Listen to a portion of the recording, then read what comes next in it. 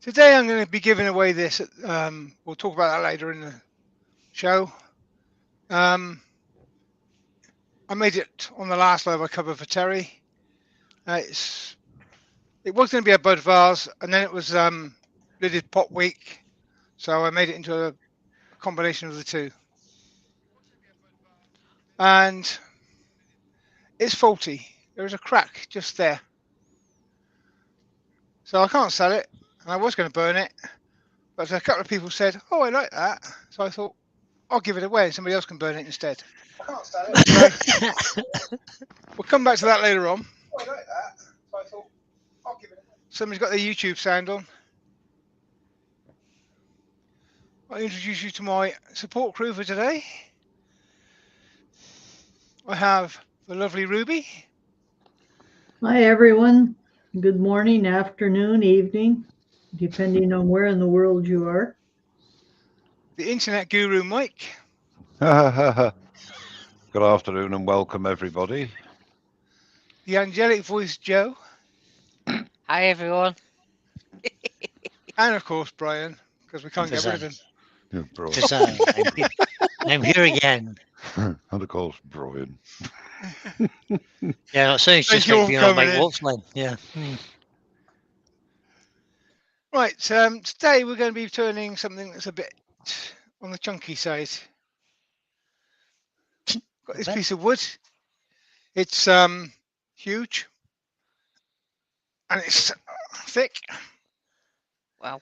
And it's got some dodgy bits in it, so I will be wearing a face mask when I'm doing this. And I could round this off on a bandsaw and make it fit my lathe, but at the moment it doesn't fit my lathe.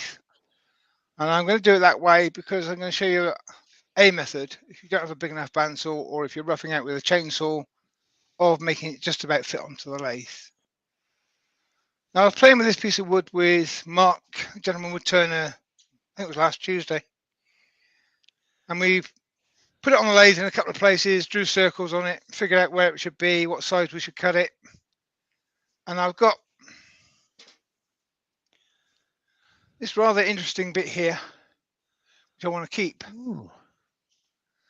I've also got a split on the back, which I can't see at the moment, which I want to lose.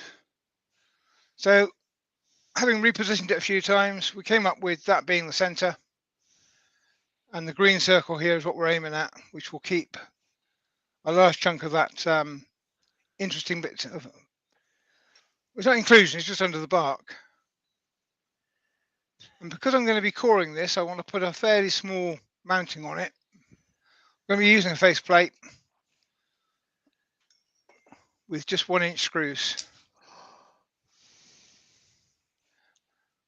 But I'm going to use all of them. Don't blame me.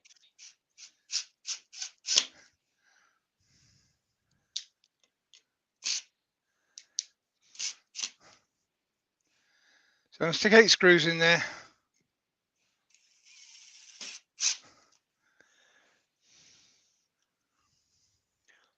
And I'll show you the next problem. It's got some beautiful figure in it, that's for sure. Yeah, this is a horse chestnut. Right. Which, when it's wet, it's beautiful to cut. When it's dry, it's like cutting balsa wood. It tears out all the time, and it's horrible. However, like balsa wood, you touch it with sandpaper and it's beautifully smooth instantly. So there's a compensation for it. So there's my 8 screws in there. Any idea how much it weighs? Not a lot. It's 3.5, 4 kilos. Really? Yeah. Well dry. It's really well dry, huh? It's yeah, it's pretty dry, and it's Be quite a bit of punkiness in there as well, isn't it? yes. I was saying to Ruby, I've done about 300 bowls out of this tree already. Wow. So I've been working it for a while. Now then, there's an obvious problem here. You can't quite see it at that angle. No, they come down just No. a fraction. It doesn't There we fit. go. It doesn't. Won't turn. No turning room. So what I'm going to do, You can take say the in the tray out of the way. headstock. I'm going to chuck it over there. That's a definite advantage for having a headstock that turns. Absolutely. Yes. Isn't it just?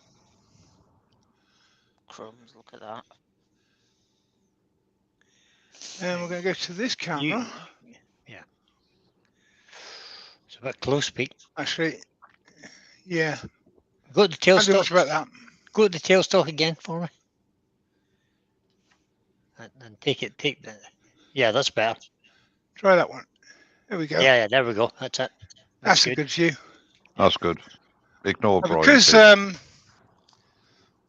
Because there is some damage in this wood, I'm going to be wearing, which means I will be a bit muffled. I'm also going to be turning really quite slowly. So my earworm's going to have to work really hard today to keep you entertained, because what I'm doing is going to be a bit boring. You can see there's a split here, which won't break off. So as I couldn't break it off, I glued it back on. I'll turn it off. But it might fly off. So you have a 406, Pete, isn't it? That's an X-Men to 406. This is the 406, which gives me a 16-inch throw. So it's slightly bigger than 16 inches now. Yeah. Oops, that's a big bit of wood. Now I could have rounded it off better on the bandsaw. That's an option. But I'm sort of thinking, well, if you don't have a big bandsaw, or you're roughing out with a chainsaw only, and you get to a situation where you've got this bit which is just a bit too big for your lathe, but you want to maximize your work, then this is a possible solution, so long as you can rotate the headstock. Yeah, this could be a bit of a physical challenge. Yeah, as I said, it's going to be slow, pecking away at it. Andrew from Wavy Wood said, "Is that a black mounted on the SK114, Pete?" It is. It's mounted on an Surprise! SK114 on Seagulls at the moment. Well, I'm surprised if I get by through that this being and used. I'm still alive, then I'll be mounted on another SK114.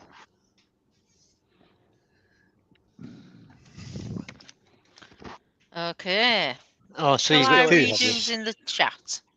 Yeah, Yes, good please, idea. Joe. This bit may take a while. So Yeah. on you go, Joe. It might. Okay. Oh, that's good. That gives me time.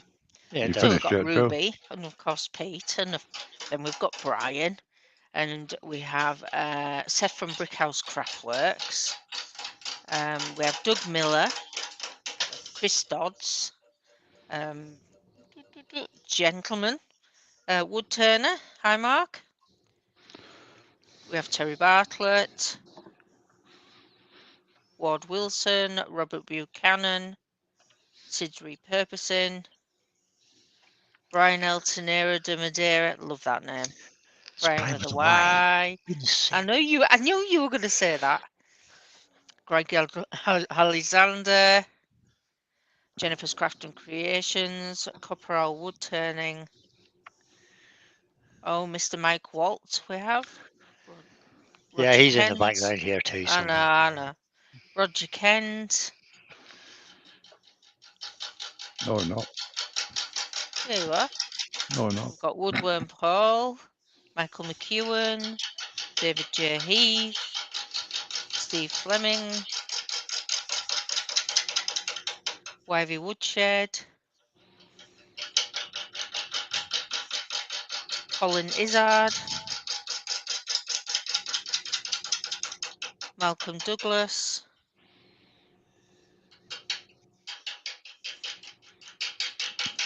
I'm not reading any questions at the moment. Amy DeAngelis, hi Amy, Shane Hurst.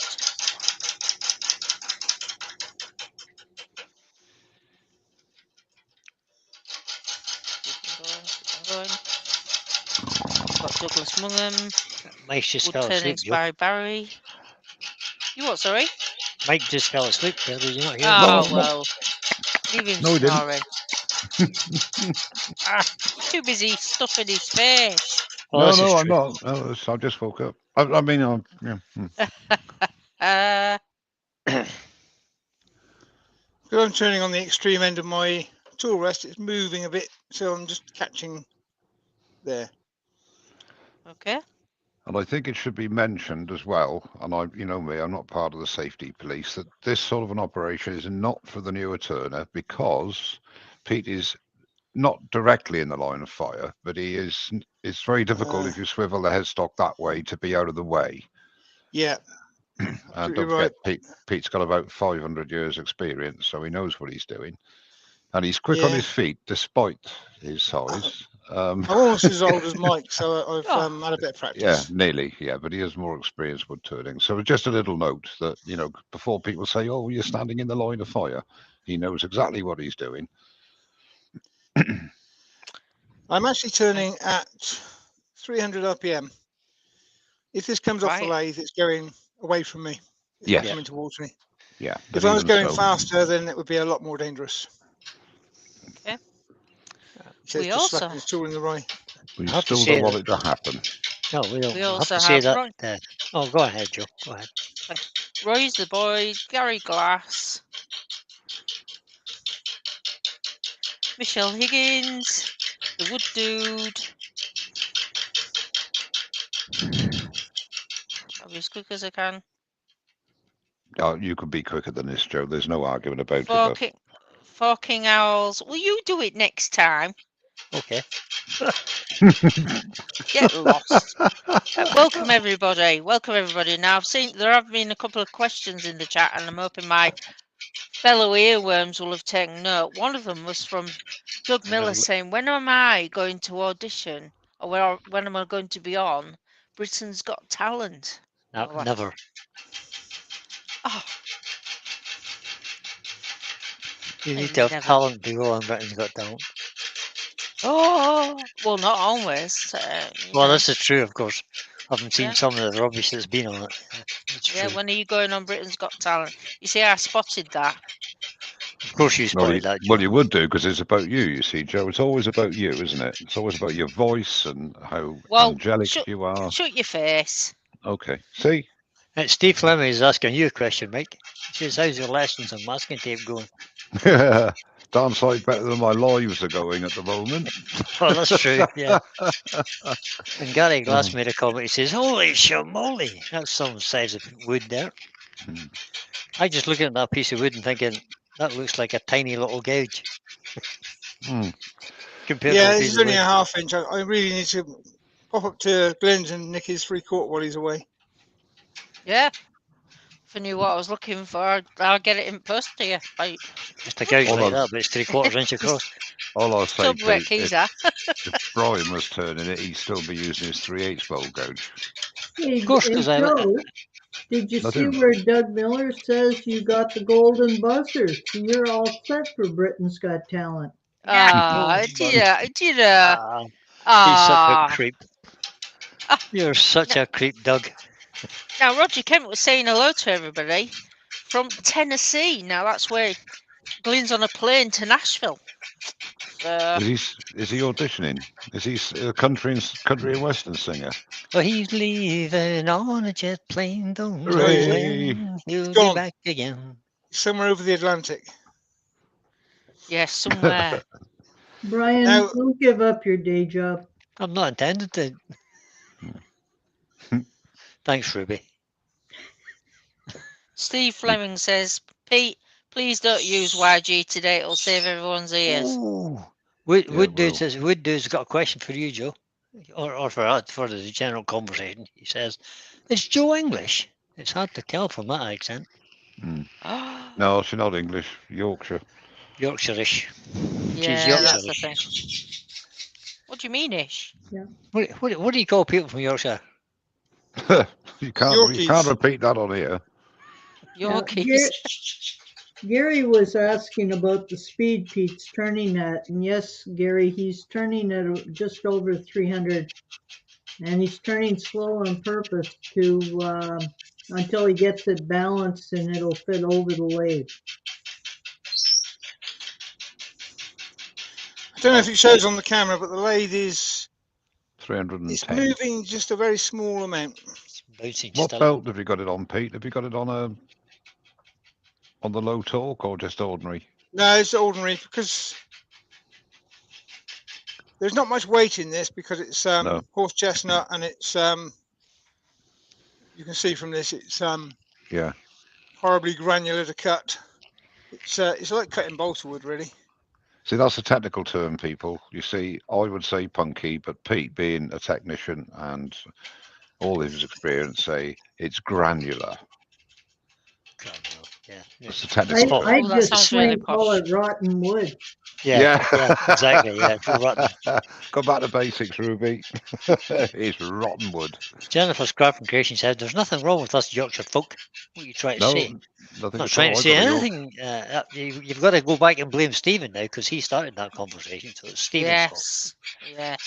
Just for a change. It's not Mark's fault today. It's Stephen's fault. Oh, I we don't go to know. York- we go to Yorkshire every year for a holiday. Why he makes a good point that it's hard to give up your day job when you're retired, Brian. It is indeed, yeah. It is indeed. That's Andrew is the wavy wood, yeah. Hugh Thanks, from Wouldn't Andrew. It Be Nice is in. Hi, Good Hugh. afternoon, Hugh. Hi, Hi, Hugh. Hugh. How are you, mate? Shamai, buddy? Roger Kent is concerned about Glenn melting possibly when he hits Tennessee. It's 37 degrees Celsius there. All right. gotta- Well, he was sorting out his shots and everything, so he's going prepared. If he starts We're melting gonna- over the Atlantic, we could have a tsunami. Boy, We're going to have that temperature here this afternoon wow. and for the tough. next few days. So, but in the Okay. evenings, it drops down to about 12. Right. That's quite Well, a that's crazy okay. change, isn't it? Yep. Yes. Dave Beeves Have joined the, us. have Good the afternoon. heat on during the evening and put the AC on during the day. Yeah.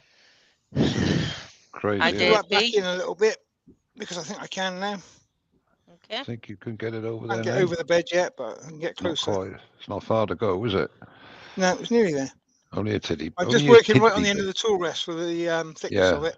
I So I noticed just that. bring it in a little bit and give me a bit more security.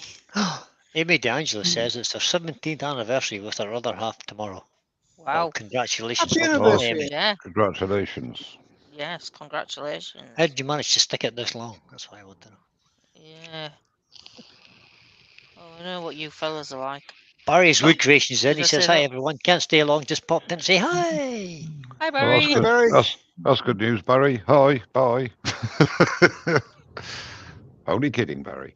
You're on form today.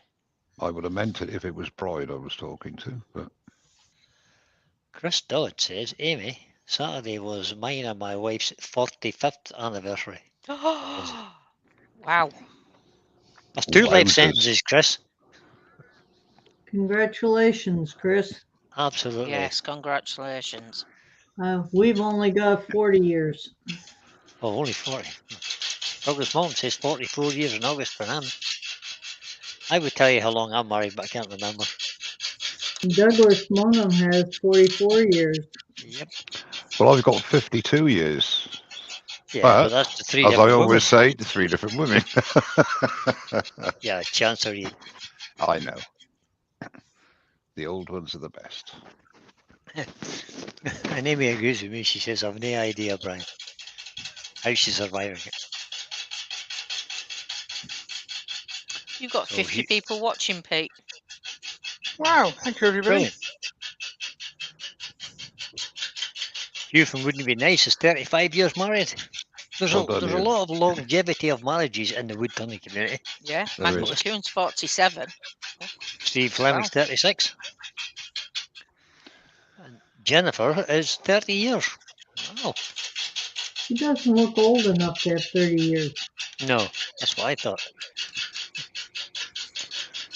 She was robbed out of the cradle. And Chris Dawes' wife says she would have been out twice by now. Yeah, indeed. I think Michelle thinks the same thing. Roger Kent says 49 in Wow. August. There's lots No, of it's people still- who have I kind of still- stuck it well, haven't they? Still beat all of you. When you hold it up against like the celebrities and such, it's Yes. it kind of just changed partners at will, these boys. Yeah, well, they have to live in front of the cameras. We don't. We're lucky. Stephen the Wood is asking a pertinent on. question. I'm in front of the camera. Uh, Go on in. Stephen's question is there truth in the rumour that Mike might be doing a live video again? I'm just asking for a friend. He said. Chris, We I'm did- not even going to we- ask. We, Oh, we it did wasn't Chris, try. sorry, it was the No, Wood dude. Stephen. Steve, no. We did try, Stephen. We're very trying every week, but exceptionally trying yesterday. Last night. Circumstances out with Mike's control, I have to say. It wasn't Mike's fault last night. Yeah, I did some checking this morning, in fact, and there was some very patchy connections last night. Wood turning Miss Barry is 52 years married in September, and Colin Izzard is 57 years married in March. Oh God, I'm not even 57 years old. Yeah, there you go. See that? Wow. It's amazing. How we doing there, Pete? Doing very Getting well. there slowly. Yeah. It looks like it's clear now. Not quite. It's There's the a right big side, jaggy bit on the far end, I think. and it fits onto the lathe bed, but it touches the lathe bed. Well, we'll be there in a minute. It's fine. Brian It's with the nearly Y is there. 53 years married in November, but they've been together for 57 years. Living in sin, Brian, were you? Living over the broom, as they say. You're showing your I'm age, standing completely out of Brian. the way a minute. I'm just going to take the Well, I'm old. speed up. What do you expect? We know. I'm up to 350 now, which might just help me get this cut right. Really motoring. I never mentioned the newer turner, but if you notice, not at least once enough. if you notice when Pete is making his cut, because of the air, it's obviously bouncing back and forth, but he's not holding that tool white knuckle. And that way it lessens the chance of a catch. It allows the wood to come down onto the edge, and his right hand is just holding it firmly. And that comes from years of experience that Pete's got. I can't actually let go with my left hand because there's quite a few bits where it's not touching anything, it's just floating in air. It's floating, yeah. But I'm not actually putting any pressure on, as Mike says. It's just steadying it. Yeah. Gary Glass has put in, Jings, there are folk married longer than I've been breathing. I'll translate that. Means he's just a young'un. He says, what he's trying to say is, goodness, there are folk married longer than I've been breathing. James. Yeah. Nice one, Gary. Amy was thinking the same thing. Yeah.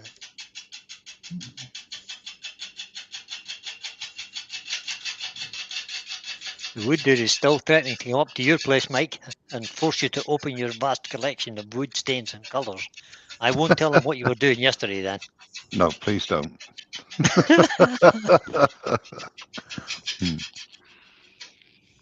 Oh, here we go. There's another two. Malcolm Douglas, 54 years. Terry Bartlett, 45 years. Douglas Munger wants to know if you paid your internet bill yet, Walt. He got cut off. I Sticking never another have 50p in done. the Never beer. have done, Douglas. So I ain't gonna start now.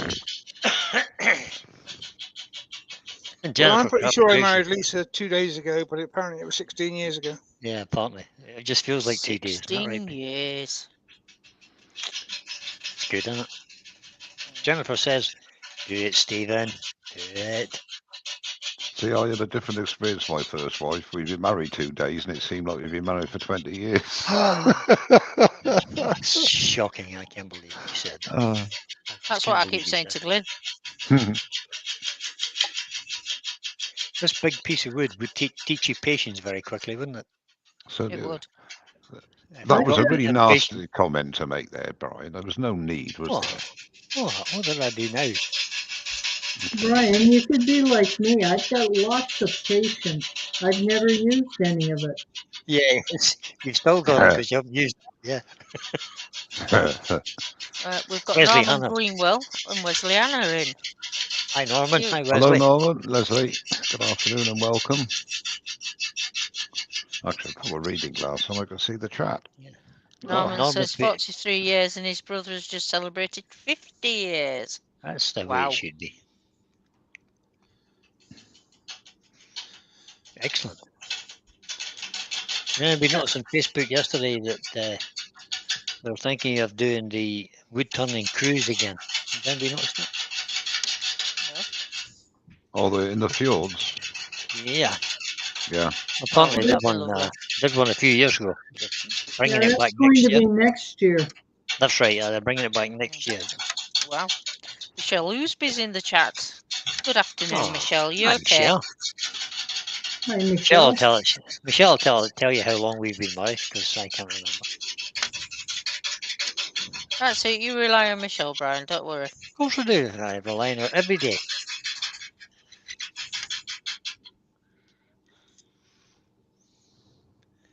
Andrew says he's an aunt and uncle that's been married for 62 years. Wow. Oof. That's some. That's a long time. There is no electronic brake on this lathe, so I am grabbing the wheel at the back just to slow it down. Obviously, I'm not going to put my hand anywhere near this piece of wood whilst it's spinning. I wouldn't think so. Oh, you are. Look, we're free. Look at that. He says as he catches it. Nobody noticed that, Pete. No, nobody noticed that. Don't put your fingers Does it underneath it. actually Anyway. turn towards you, the headstock, as well?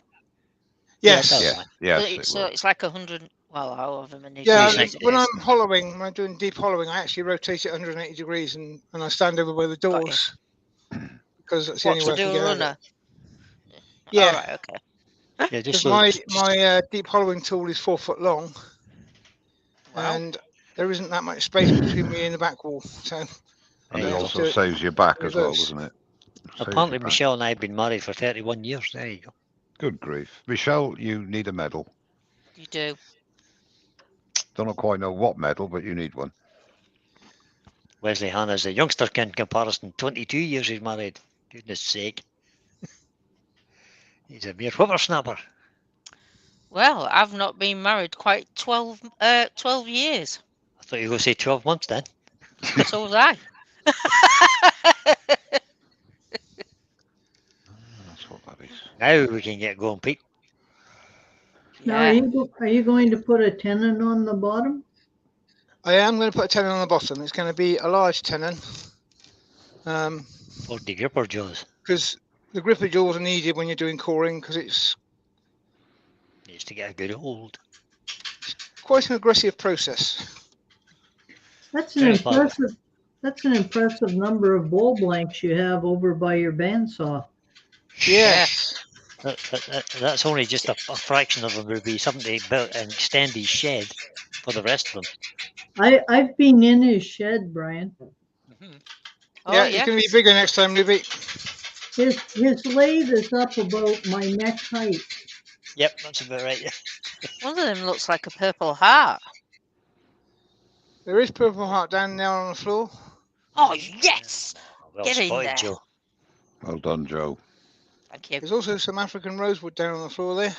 I wish Yes, we had showing up. access to all of those woods, believe me.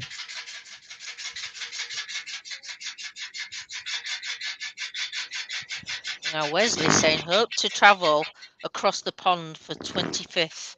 Ireland is the top of the list. Oh, one ahead, Wesley. The bit of Ireland I saw was lovely. Absolutely. If you're anywhere in the north between Newry and Belfast, give me a shout.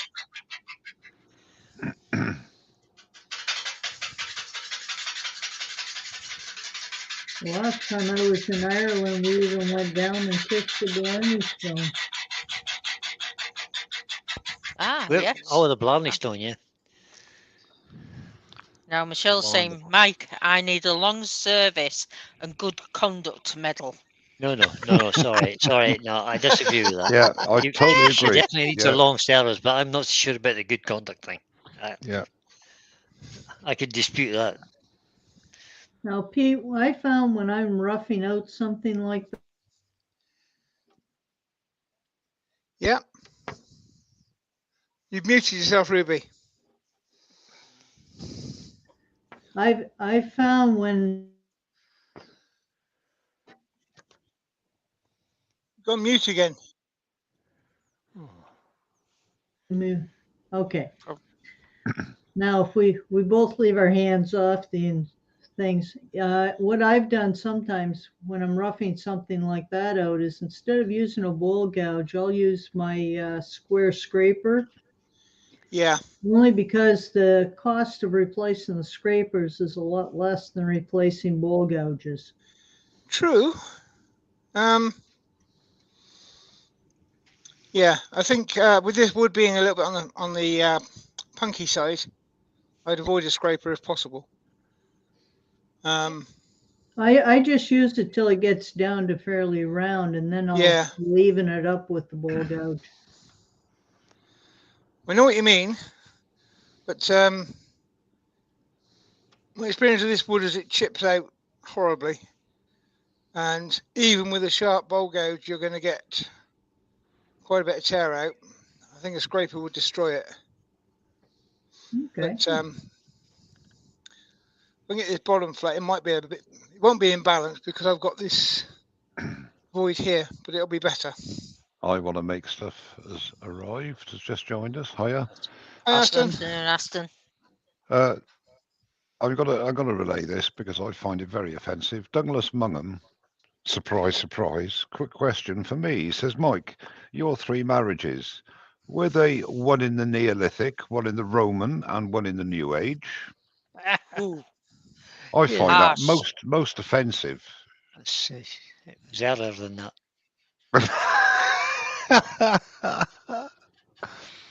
Ah, dear. You're terrible. And I didn't say it. Steve. I didn't say it. The last time Steve went to I'm not saying anything, but Mike's first wedding banquet was mammoth steaks. Yeah. Yeah, and we went to a club. Wait, oh here, hold on a minute, guys. Steps back in amazement. Amy has asked a wood turning question. So what's the best tool to use right now? What he's using? Yeah. 1/2 inch bowl gouge, bigger if you've got it. 1/2 inch or 3/4 inch bowl gouge. Myself, I'd prefer a 5/8 bowl gouge. 5/8. Yeah. Mind you, it depends on which bowl gouge you're using and depending on the manufacturer as to how it's measured. That's Like true. a lot of times in the UK, you only measure across the distance of the flute, whereas over here we measure the diameter of the metal it's made from. Yeah. Yeah, this one in the UK is a 1/2 inch. If it was in America, it'd be a 5/8. 5/8, yeah. There you go. The only reason I mention that is because we have people from all over. You've got again, Ruby. Ruby, you keep hitting that mute button. No, I'm not touching it. No, I think it's just the problems I was having last night, possibly. So Lewis is in. The Klondike Craftsman has just joined us. And he's just said, holy big balls, Batman. Hi, Lewis. Holy big balls, Batman. I'm going to switch to my other 5/8 bowl gouge, just because it's sharp. It's a good plan. Sharp gouge is always good. I'm going to go on my tool rest, actually. We've got 54 people watching, Pete. And you've been going for 32 minutes. Chris sounds like an accountant, Brian. And it seems just like 5 minutes. The plan is to get the outside presentable and then core it, so the second half won't be as long as the first half. Okay. Now, Chris Dodd says, does that mean your first wife is a Neanderthal, Mike? Don't ask him about his first wife. Oh, don't ask him. Oh, no. I'll tell you what, in a word, yes. I knew you were going to say that. But I didn't realise immediately.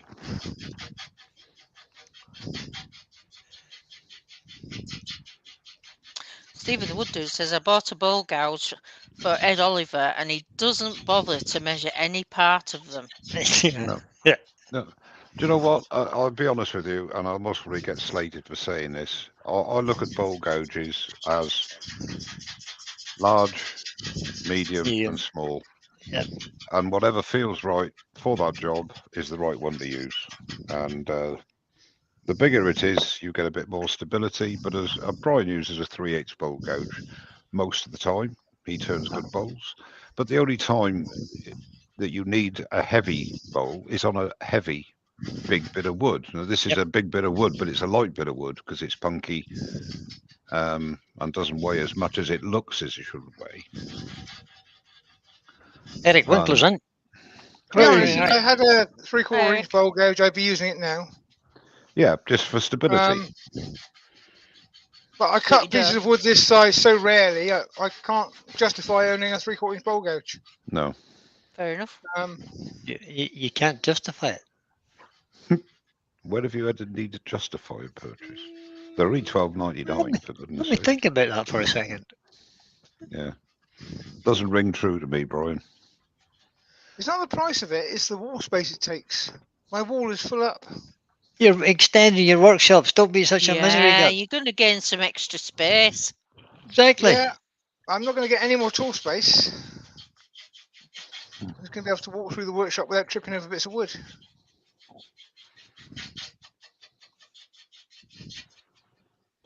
That's why under the ways of my lathe, I have a large block, and it's filled with tools.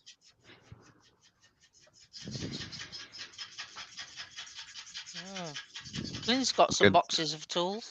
You're getting shavings now, Pete. Yeah, it's starting to get flat. No standard measuring system between the bar size and flute size. No, you're right. There is no standard size. No, there should be. Record power do it differently. They measure from the edge of one wing to the edge of the bar on the other side, which is the strangest thing I've ever seen. It's ridiculous. That is crazy.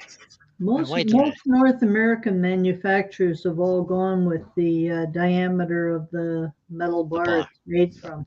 Well, that Which makes just- to sense. me makes sense. Yeah, of course it To does. me, that's the sensible way to go. To me, It is.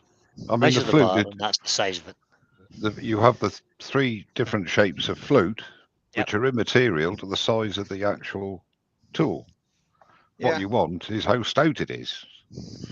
Amy's asking another question. She says, would having tailstock support or tailstock up, would that help with support?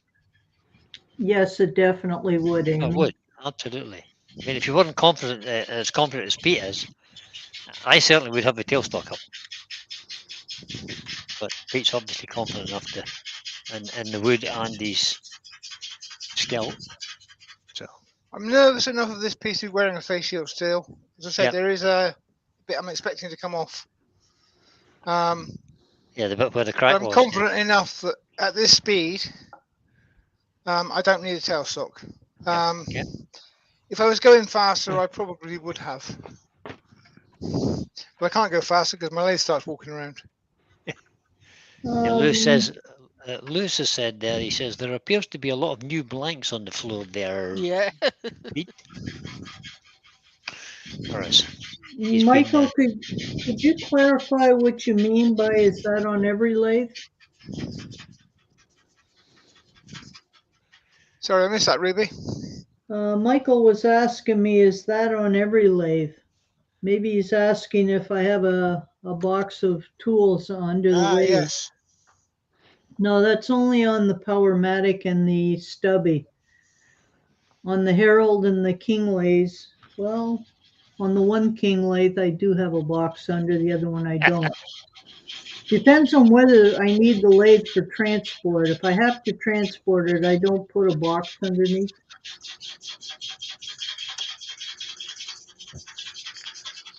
And the Powermatic, I definitely don't transport very often because the lathe weighs about 3,000 pounds. yeah, it's not going anywhere in a hurry.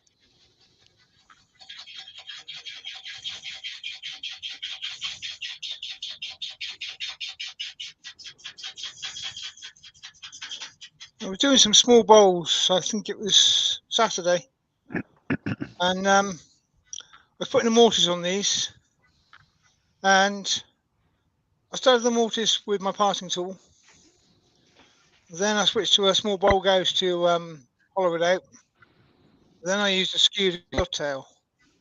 I could do the entire thing with just a small bowl gouge. But then how would I justify spending money on 3 tools? Exactly. You've got tools, you've got to use them. And if they're all within reach and easy to get at, then you do tend to use them. I have a box of tools like Ruby, which I will sort of pull out for certain jobs.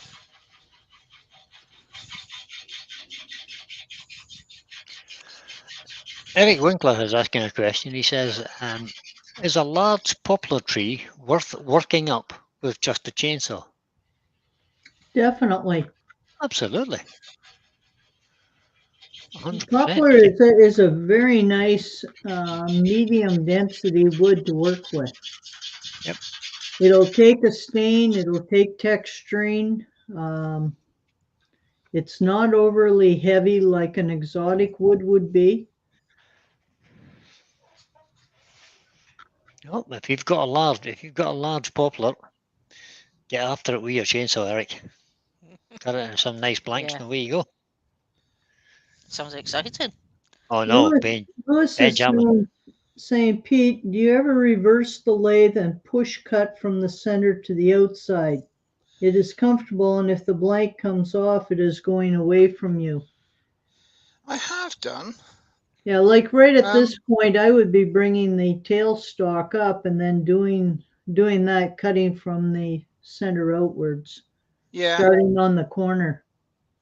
Well, what I'm planning to do now is just cut the corner off and take some weight out. I'm nearly flat in the middle. I've got the slice, well, I nearly got it off. I don't know why I don't turn in reverse. Habit. I don't think he was referring to turning it in reverse. Oh yeah, he did. Yeah, Lewis was, yeah. I have done it, and well, you have to. There are definitely times when it's a good thing. Yeah, you have to make sure you have a faceplate or a chuck that can be locked onto the spindle. Yeah, all of mine can, because as I said, I used to do it, but I got out of the habit of doing it. Mark Strawson's in. Oh. Hi, Mark. Benjamin has joined us as well. Welcome, Ben. Uh-oh. Good afternoon, Ben. Oh, Jennifer's starting to cut like walnut Hi, Ben. Wesley asks if poplar is good for sanding and finishing on the lathe. He's only used it in the flat work, and yes, it is. In fact, I just redid a fence post for a fellow, and the only wood I could get 6 inches in diameter was poplar, and it turned beautifully. Most of the large spindle work that gets done on a lathe is popular or something similar.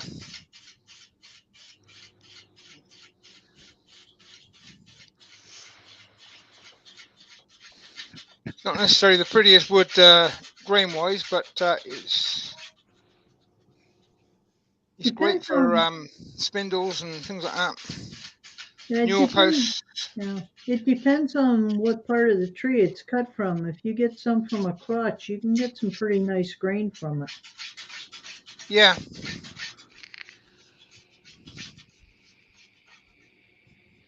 But it does cut very nicely on a lathe.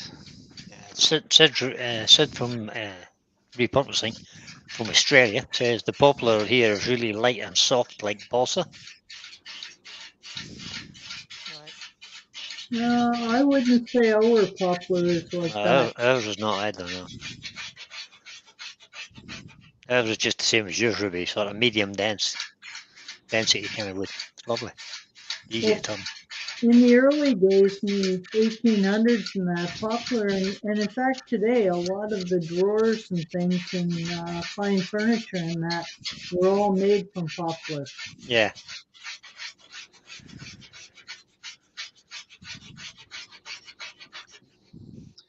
Full disclosure, I should have changed my belt down to the high torque setting. I didn't because I forgot. I was doing something small yesterday, so I got on high speed. Now, You is can this, see on this that every now and then it's just starting to drag the lathe down a bit.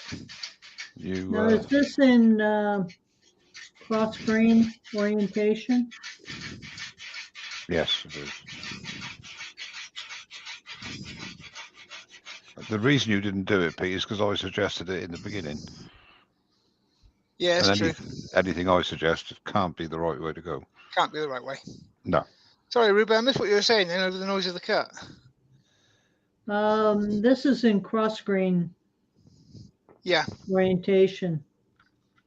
Now, I find it would usually cut better from the outside towards the inside towards the outside. Yeah, I've got a reason for not doing that on this bit, and that's this bit. It's a big crack thing. So if I was cutting that way, I'd be pulling against the split. If I'm cutting this way, I'm cutting it with it, or into it. That's a good reason. Direction. But you're right, and that would be the normal way to do it, and probably a more efficient cut, but not this time. Sorry, Brian, you're saying? No, you're right. Douglas Mongham says, would poplar be okay for doing string pull bars like Wayne does? That's a paint effect, Douglas. Basically, once you've got the black on the wood, any wood will do. Poplar would do for it okay. Yeah, it would work quite nicely. Yep.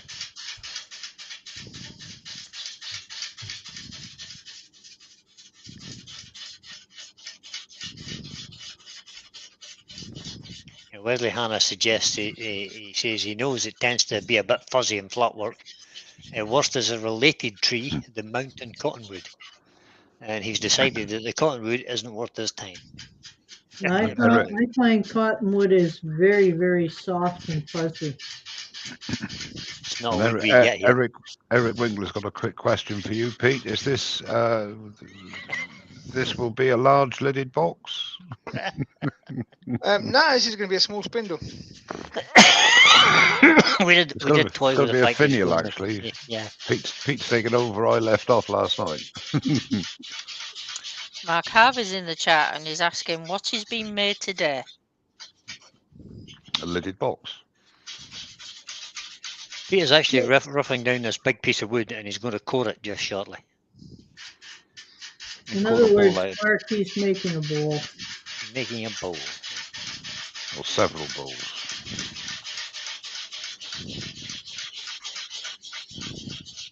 Douglas was thinking of using wood with good grain patterns. Douglas, if you're going to use a wood with a good grain pattern, don't paint it. I mean, the good grain pattern should work on its own. I agree with that, Brian. If you're doing painted stuff with like a string pull and all that kind of effect on it, use the plainest wood you can find.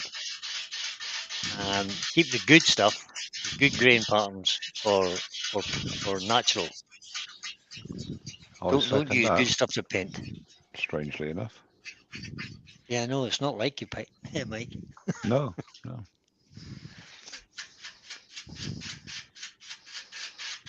Amy says, "Are you making a crochet needle?" Could be. Could be.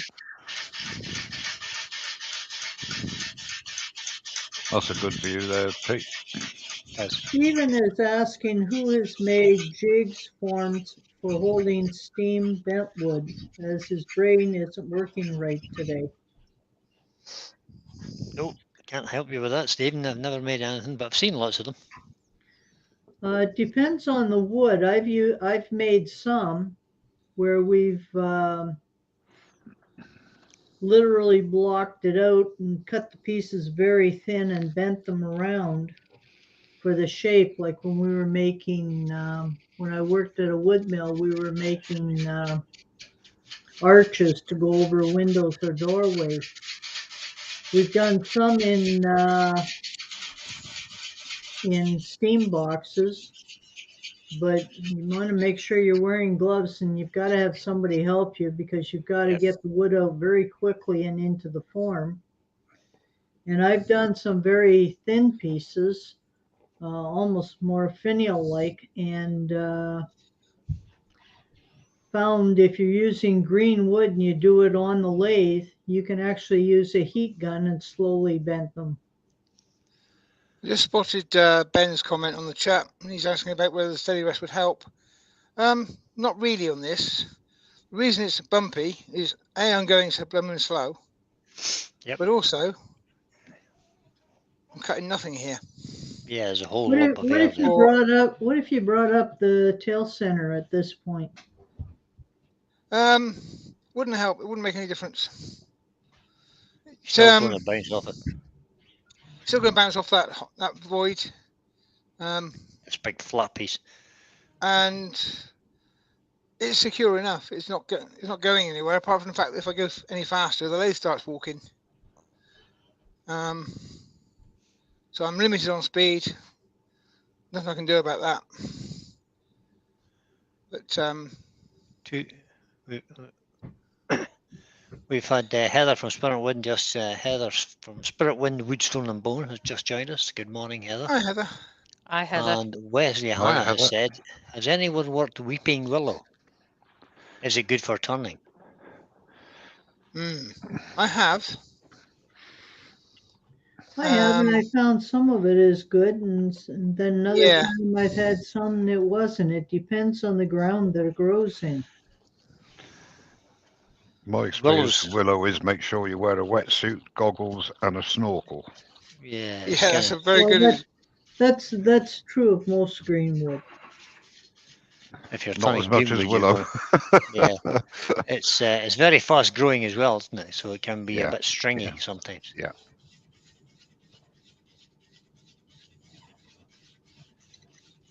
I don't know about drying it out first. Would you?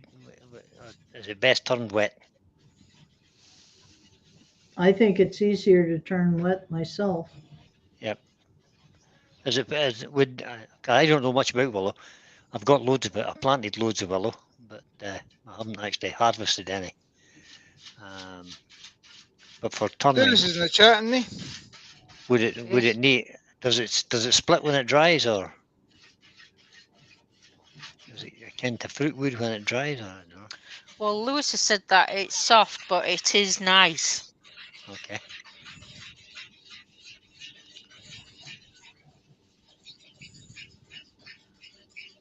Dara has joined us. Welcome, Hi, Dara. Dara. Hi, Dara. Hi, Dara. Ah, Brian, you misread what Douglas said. He said not using heavy grained wood. Oh, not all right. Okay. Sorry, Douglas. And Lewis has said it isn't bad for splitting. Oh, good, because I'm going to have loads of it shortly. Ooh. I planted trees about 15 years ago, maybe now. How And tall are they're they? now about 40 feet tall. Wow. Maybe a bit more, but the diameter of the trunks is now over 12 inches, so Right. some of them may well be coming down to thin it out a little bit. Oh, that's what I call planning ahead, Brian. Well, I didn't wood turn at the time. I was just planting the trees because we had a boggy wet bit down at the bottom of one of the hills in a field. So we fenced it off and planted a whole lot of willows in it to try and dry it up a bit. Good idea. So Did it's it work? yeah, it's worked. Yeah, it's worked a treat. Great. And the trees are away. They grew like mad. Like they love it in there, obviously. So that was just one of the areas we've planted with trees. I've planted almost 2,000. I've planted almost 2,000 trees since we came here. I was going to say you do plant a lot of trees, don't you? Do, That's yeah. fantastic, is that? Indeed.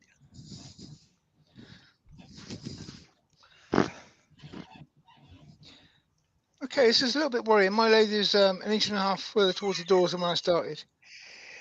Yeah, Lewis is just reminding me that I'm a beginner.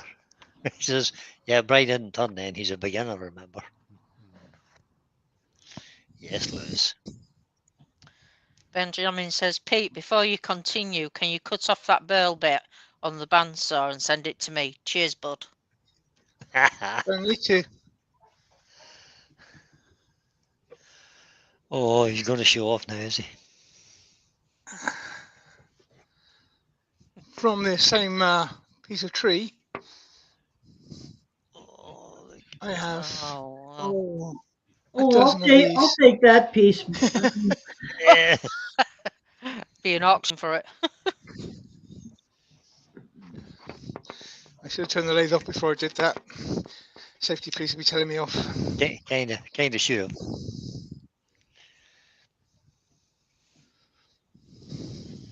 That is a nice piece. I have to say. Somebody is Darth Vadering into their microphone. Is that you, Pete? Sorry, Brian, I missed that. Yeah, somebody is Darth Vadering into their microphone. Mike? No, it's not me. I've been unmuted. I've been muted, I mean. All right. Could be me because I've got the face mask on. That's okay, mate. We've got Benjamin Chris from says, Bailey Woodworks in. so does that mean Sorry. he's going to send me the bigger bit? I I assume I'm assume right. I Please don't just think you're right. stop there. breathing, Pete, please. Stephen says we're all beginners, Brian. Every day is a school day at the lathe. Absolutely every day is a That's school very day, true. certainly for me. Yep, absolutely. And Chris from Bailey Woodwork has joined us. Good evening, Chris. Hi, Chris. Good afternoon. Hi, Chris. Yeah, I can't tell you how many times I've gone down in the morning, started on a piece of wood with one direction in mind and ended up going in a totally different direction. I'm looking at this big lump of wood thinking, I've got a tiny little piece of wood going on my lathe this evening compared to this.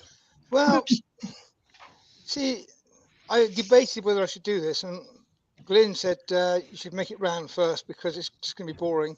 And I thought, no, I've got some really good earworms, and they're entertaining in themselves. It doesn't need me to be entertaining. You're fine, Pete. It's going really well. It is going well. Well, I did hear a joke you might appreciate, Pete, and anyone else who drives motorcycles. Do Go on then. you know what the difference is between a vacuum and a Harley? No. No. Well, the dirt bag is on the outside.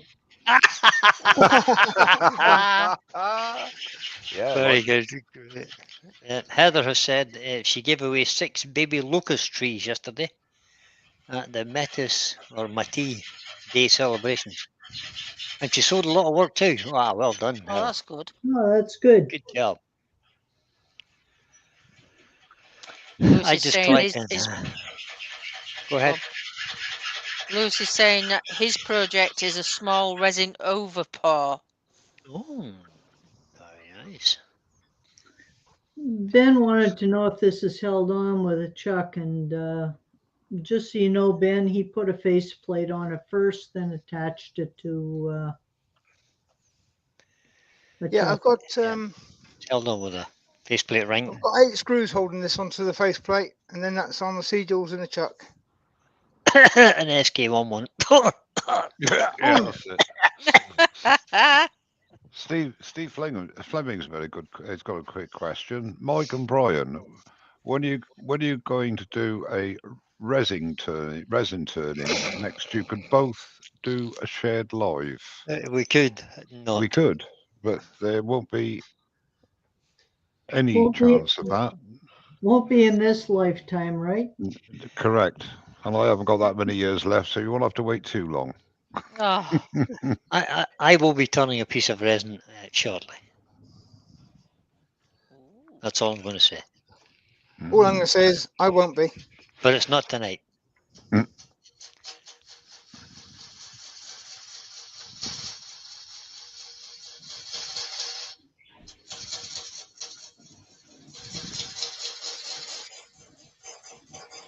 Brickhouse Craftworks has a question. He's got an inquiry about making a 4-foot tall lamp over the weekend. anyone made anything that large. I have a 4-foot section of cherry about 7 to 8 inches in diameter he could use, but it would still be rather wet. Oh, cut wet cherry. Always cut wet cherry. It smells delightful. Yeah, the problem is, I think what he's saying is, if he does the turning and it dries out, it's going to warp a bit, isn't it? Over Yeah, 4 I've actually foot. had a completed. I think it was about a 5 mil wall thickness cherry bowl that actually broke almost exactly in half. It didn't warp; it completely snapped. Yeah. Well, fruit woods, especially cherry, are very prone to doing that, aren't they? Yeah. I think it depends too on the shape and form of the lamp that he's going to make, and whether or not he's drilling a hole through the center of it.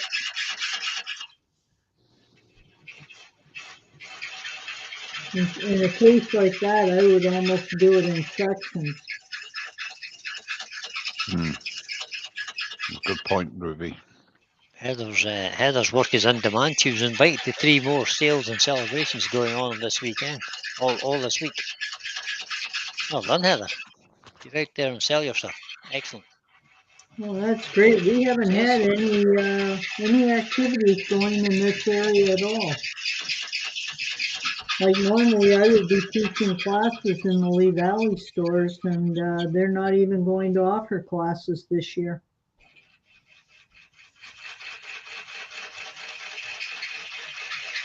Hugh's having to go, and so's Barry Barry. from Barry's Wood Creations.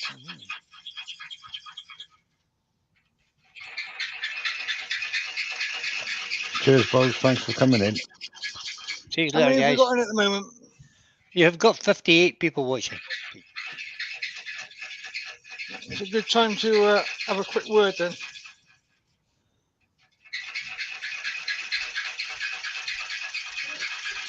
John McDonald's in.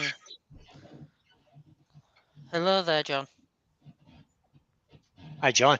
Welcome along. Here's Pete coming. Hi, John. Right, well, we've got a few people in.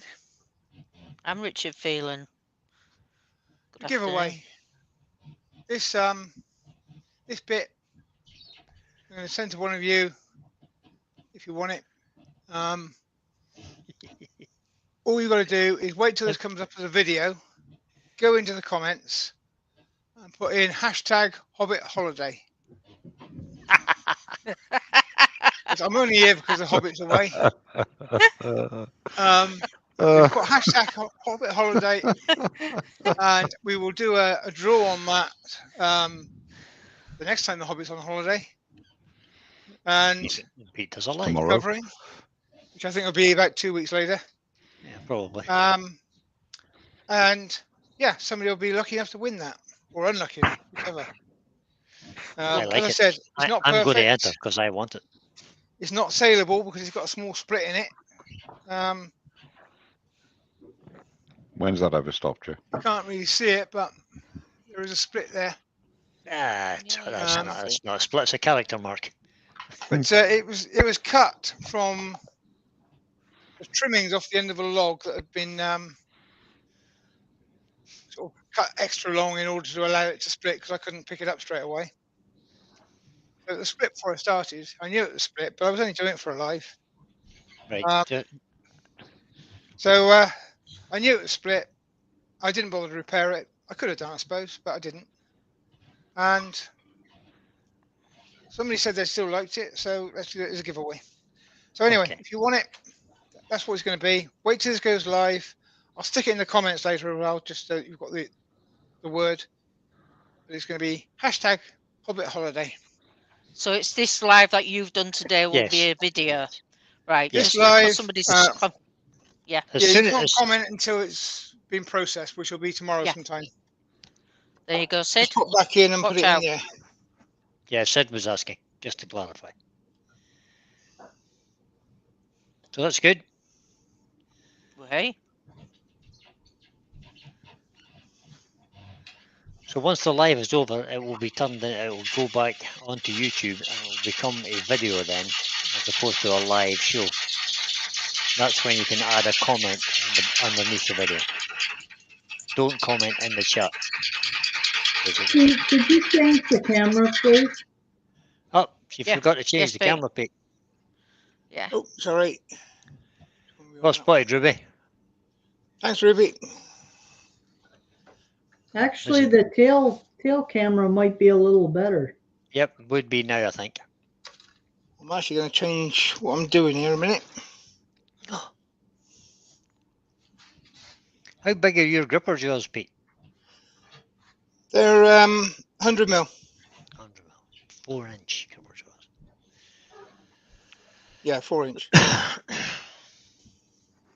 About a quarter of an inch deep. No, they're where are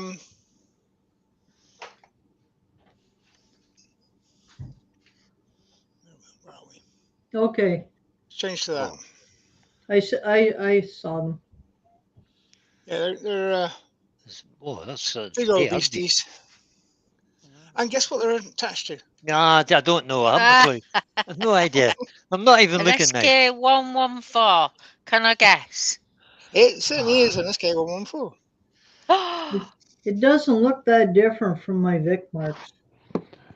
It's, I'll tell you what, is that an SK114, Pete? Sorry, I just can't believe it. Were you Yeah, sleeping now? it was. Good grief. My Very, record very good power jaw would chucks. hold. I have a nice pair of gripper jaws. I thought the Vic marks were more like the record power chucks to look at. But You'll be seeing a record power chuck this evening. I've got a couple of those too.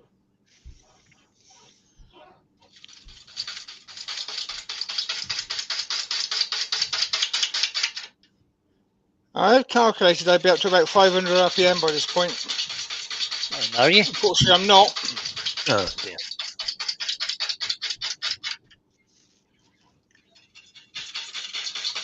Douglas Mullen says, Pete, I have an SC4, but there's no locking screw hole. What? I don't understand that. It's not available on all of them. On the SC4 record power. Should be. It's actually the same problem, which I never understood. The same scenario with the SK114. They haven't all got the locking screws. No. You have to pay extra for that. Well, there is a logic to it because not all lathes have got the groove Yeah. for the locking screw to go into. And the record powers use inserts to fit different lathe sizes. They do. The Axmisters use back plates, same solution basically.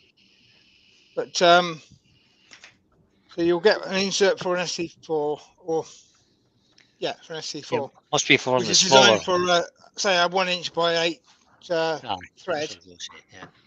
and that those lathes may not have the same groove that you've got on a metric M33 thread, so they don't put the screws into that one. It's got some nice vaulting in it. What size is your spindle, Douglas?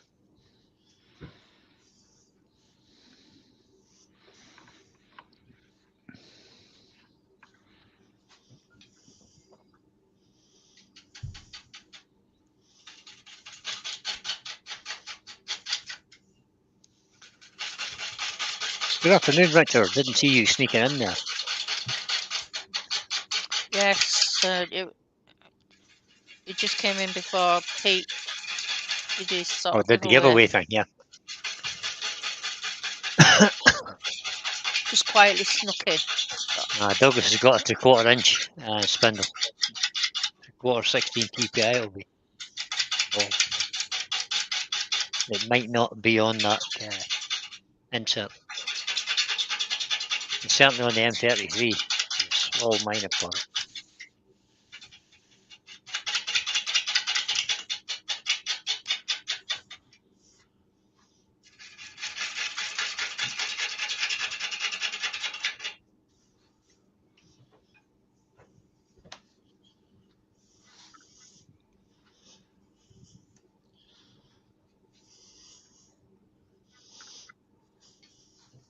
It's amazing, Pete. You've only been going an hour and 10 minutes. Have I really? Yeah, it seems like 6. Right, I might. Only joking. Only joking. I find it really, really interesting because it's showing the way an experienced turner handles it. There's absolutely no strain or stress at all. Just letting the wood come down onto the edge. Well, I was going to keep this secret, but I'm not going to now. I have a slight concern here. My lathe is still on 2-inch tall wooden blocks. It's moved 1.5 inches across those wooden blocks. Good grief. Oh. So what you're saying is, if I wasn't on YouTube, I'd be turning everything off and putting those blocks back in square again. There is some risk there. Yeah, I should. I wouldn't take a chance, Pete, if I were you. Are they getting towards the edge of the blocks? Yeah. You may stop. Do you have 2 more blocks you could put to the side so it could just keep wandering onto the new blocks? Not to hand. No. Yeah, 4 foot long. Pete? I'm using a 40/40 here, and I would normally use this at 1,000 RPM. I expect it to be at 500 RPM by now. Pete, can I make a suggestion as a friend? Yeah, stop. Stop. Which means that if I was at 500 RPM, then this outside would be done. I would stop now if I were you and reposition your lathe, because that comes off, mate. All manner of things could happen. Yep. Lewis has said that people who say they get beat up roughing in can learn from this, and I think he's absolutely correct. Absolutely right. Very true. Absolutely. I'm not holding anything tight. I'm not tensing anything up. It's all relaxed work. I have actually done very little work. I've just been guiding the tool. The tool's done all the work.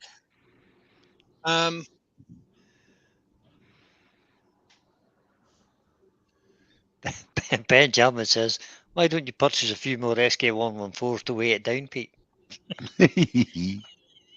Right. Right, Ben. I am completely on the blocks. All right, okay. All right then. I'm going to go on for a little bit further. If you're happy to stay there. Yeah, we're happy to stay here. Yeah, of course we are. Beautiful bit of spotting in that now. Look at that. If we must. Yeah, you can see that. TV. And John McDonald says, just leave it alone, Pete. It's much more exciting. Yeah. Yeah, but Douglas comes back and says, Pete, stop and fix it. Yep. Yeah, as I said, the feet are completely on the blocks still, but they have moved across them. Okay. Pete, you only said it to add to the drama, didn't you? Come on. Yeah. Lewis says, so Pete's big met on the blank. It looks like an 8-inch blank. Yeah, it does. And he's absolutely right. You don't realize from the camera exactly how big Pete is. I found out when I visited him. Yep. Look at the size of his hand on the handle of that gouge. He's got a huge. Stand beside him and Mark and Terry, and boy, do you ever feel small all of a sudden. I had a sore neck after that visit from looking up. Well, you had Terry to compensate. Yeah, but even Terry was taller than I am.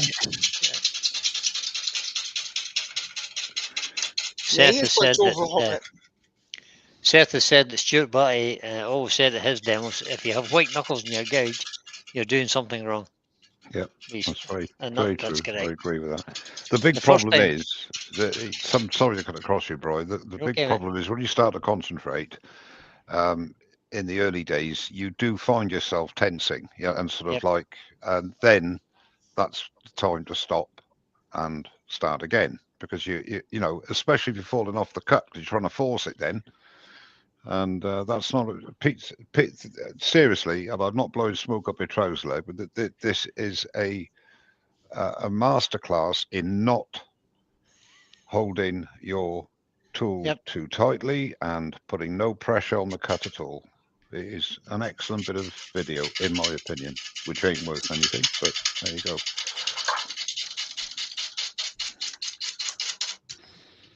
Yeah, the first time I turned a big piece of wood, well, I felt like I'd been in the boxing ring for an hour. Yeah.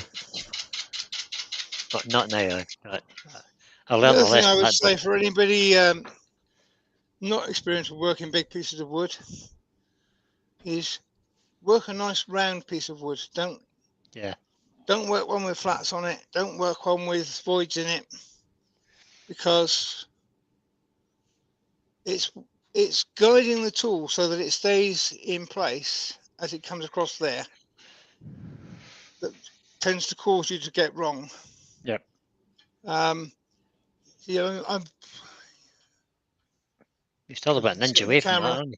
I'm a good inch away from that bit of wood. Oh. And I'm never going to be touching that wood, because I want to keep, as soon as I get that bit rounded, I want to keep this bit. Yep. So it's never going to be in shape, this piece. The bowl inside it will be, but what I've called it, which might not be today at this rate, but need to be. I want to see the clothing.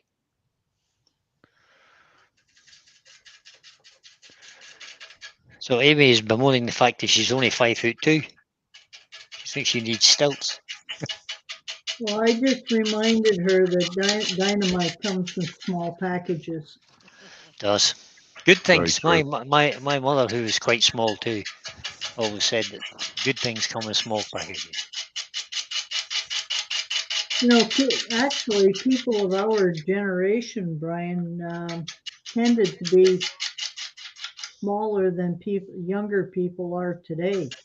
I think so too.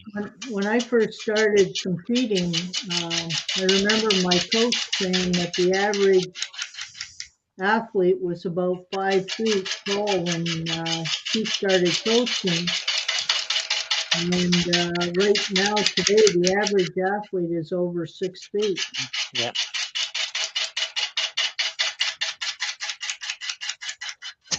Douglas is 6 foot tall, and his wife is 4'9 3/4.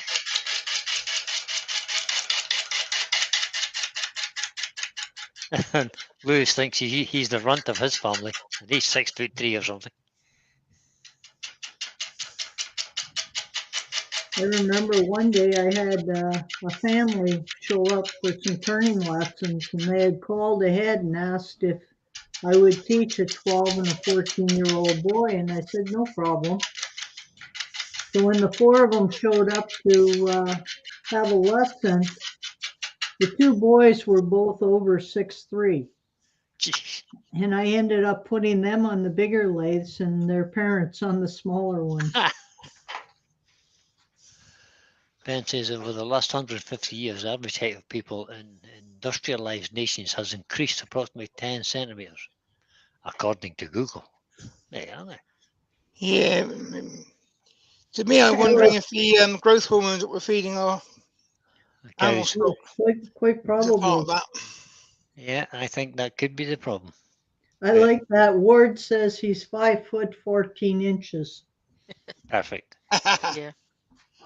Right, I'm going to switch to a pull cup for no other reason than I've worn out that wing. Might as well try the other one. Good man after my own heart. Use the other wing so you don't just cut it off on the grinder and waste all that steel.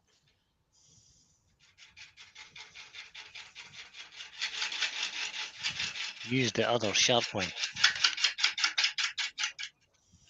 Yeah. Richard says his sister is 4'11" and her husband is 6'5". That's a fairly big differential. That is a big difference, isn't it? Yep. I can remember one time getting into an elevator with Wilt Chamberlain, and I don't think I came up to his waist.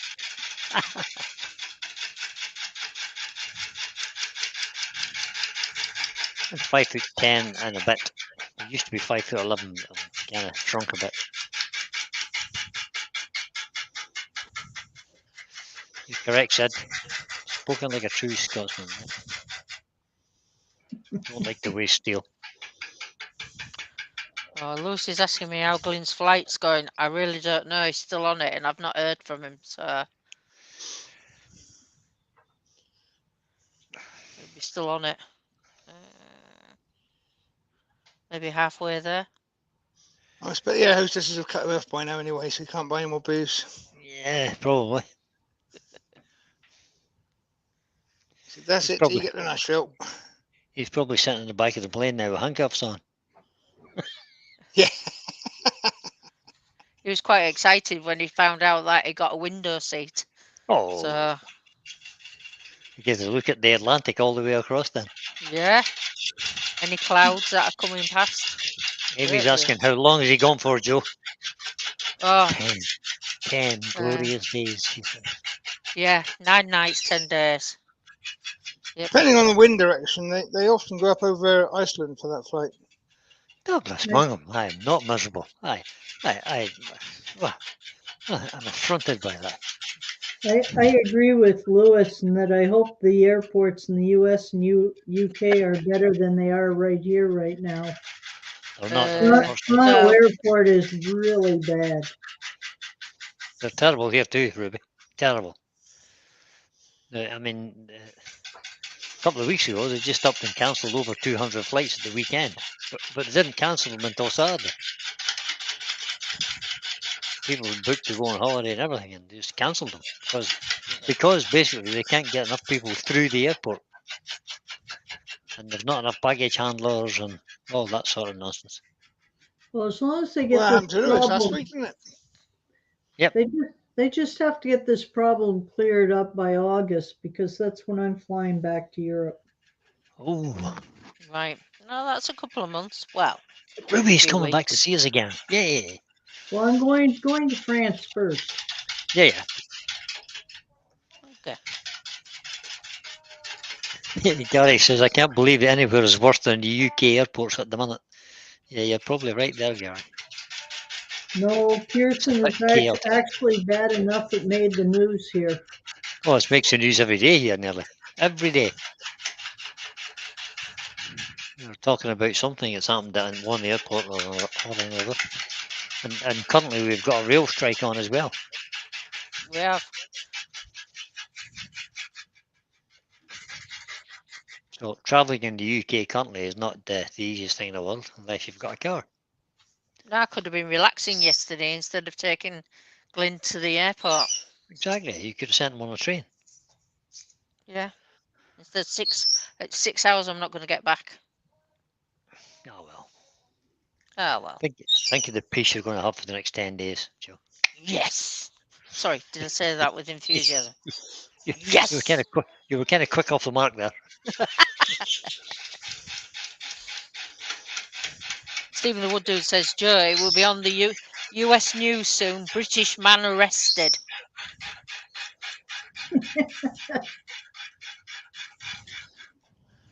Gary said it's that bad here. It isn't even news anymore.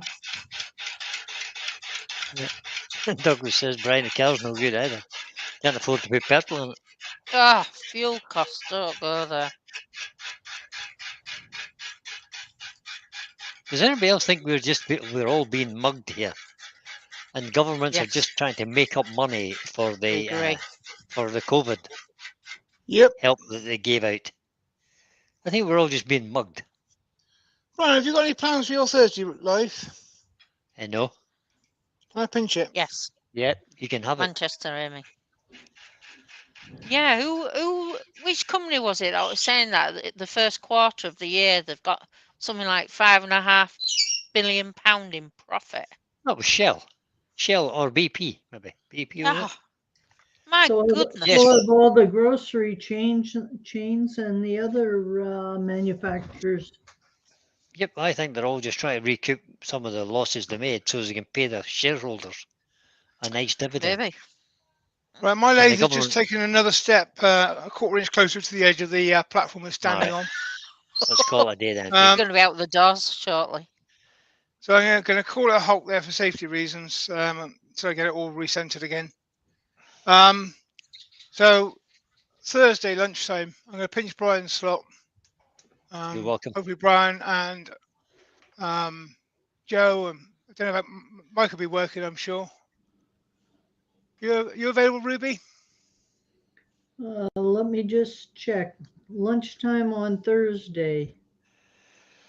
I can be. Excellent. Good. So yeah, me and the team will come Wait a back to minute. this. That's your lunchtime, right? Yes. Yep, one at the same time. Same time as today. Same time as today, but Thursday. Yeah. No, unfortunately, I have an appointment with the dental surgeon. Oh, right, Ah. okay. I'll be here, Well, Pete. we might I'm get Terry or unfortunately somebody. not going to be here. Yeah, Terry I should be won't be able available. to. I'll tell Terry you will be what, available. if I get done early enough, I'll pop in. How's that? Excellent. Okay, thanks for coming in, guys.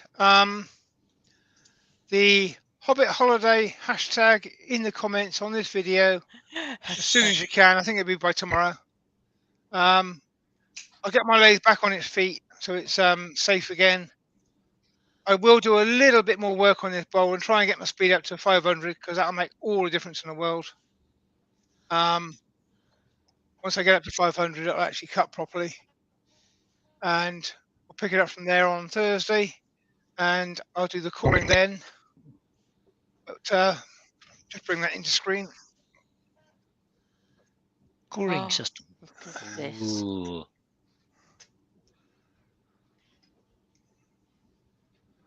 So we're going to be using this, the woodcut coring system, to get some bowls out of the middle of this one without wasting all the wood. So that's Cool. what we're doing Excellent. Thursday. Looking forward to that.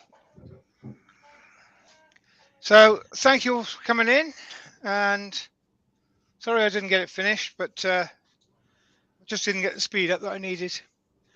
No bother, Pete. No bother. You can't rush these things. No, and you know, the feet are literally hanging off the edge of the blocks now, so that's as far as I want to push it. You need to stop. Escape. So I'm yeah, that's it. We're going to end the stream there. Thanks for coming in. Good. Cheers, guys. Bye, everyone. Bye, everybody.